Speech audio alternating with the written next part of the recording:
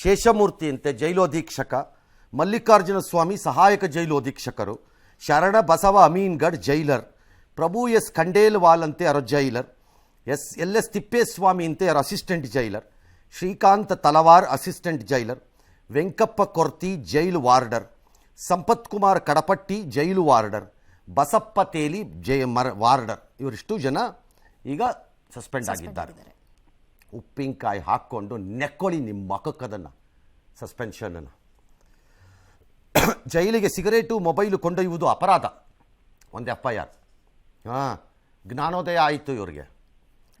Constitution ಬಗ್ಗೆ ಮಾತಾಡ್ತಾರೆ ಎಲ್ಲರೂ ಬಂದುಬಿಟ್ಟಿಲ್ಲ ದೊಡ್ಡದಾಗಿ.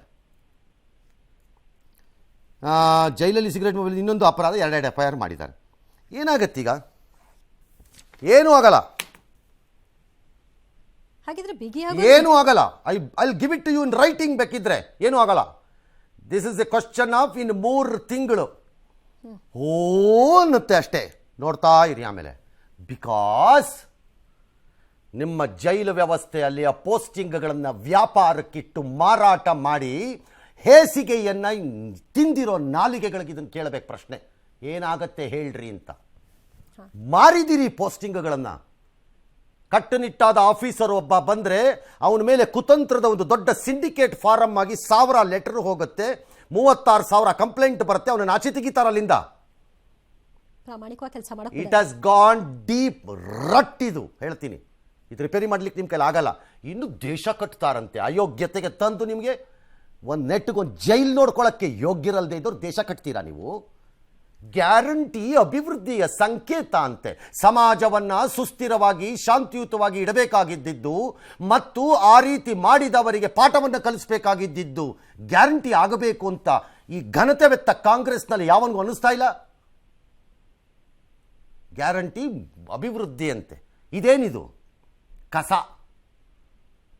ಥೂ, ಮಾನ ಮರ್ಯಾದೆ ನಾಚಿಕೆನೂ ಇಲ್ಲದೆ ಇದ್ರೆ ಏನು ಮಾಡಬೇಕು? ಹೀಗಿದ್ದ ಕಾರಾಗೃಹದ ಉದ್ದೇಶ ಈಡೇರೋದು ಹೇಗೆ? See, I tell you why I am so unhappy ಇವತ್ತು. ನನಗೆ ಈ ಪ್ರಕರಣದ ಬಗ್ಗೆ ದೊಡ್ಡದು ಅಂತಲ್ಲ, ವ್ಯವಸ್ಥೆ ಹೇಗಾಗಿದೆ. ಈ ರೀತಿಯ VVIP ಕೈದಿಗೆ ಪರ್ಟಿಕ್ಯುಲರ್ ಈ ಕೇಸ್ನಲ್ಲಿ ಅದೇನೋ ಬಿರಿಯಾನಿ ಕೊಟ್ಬಿಡ್ತಿದ್ದಾರಂತೆ, ಮತ್ತೊಂತೆ ಮಗದಂತೆ ಅಂತೆಲ್ಲ ನ್ಯೂಸ್ಗಳು ಬರ್ತಿತ್ತು. ಇಟ್ಸ್ ಆಲ್ ರೈಟ್, ಅದೇನೂ ಇಲ್ಲ ಅಂತ ಇವ್ರು ನೀವು ರಿಜೆಕ್ಟ್ ಮಾಡಿಬಿಟ್ರಿ. Correct. Number 2, damn well you department the hell you know ಇದನ್ನು ಮೀಡಿಯಾ ಎಕ್ಸ್ಟ್ರೀಮ್ಲಿ ಫಾಲೋ ಅಪ್ ಮಾಡ್ಕೊಂಡು ಕೂತಿದ್ದಾರೆ ಅಂತ. For whatever the reasons. ಅವ್ರು TRPಗೆ ಮಾಡ್ತಿರ್ಬೋದು, ಅಥವಾ ಅವರು ಜನರಿಗೆ ಇದನ್ನು ಹೇಳಿಬಿಡೋಣ ಇಂಥ ಬರ್ಬರ ಹತ್ಯೆ ಮಾಡ್ಕೊಂಡು ಹೋಗಿರೋಂಥ ಕಚಡಗಳನ್ನು ತೋರಿಸೋಣ ಅಂತಲೇ ಇರ್ಬೋದು ಆರೋಪಿಗಳು. Possible, I agree. So follow up ಇದೆ ಮೀಡಿಯಾಲಿ ಇದು ಅಂತ ಗೊತ್ತಿದೆ.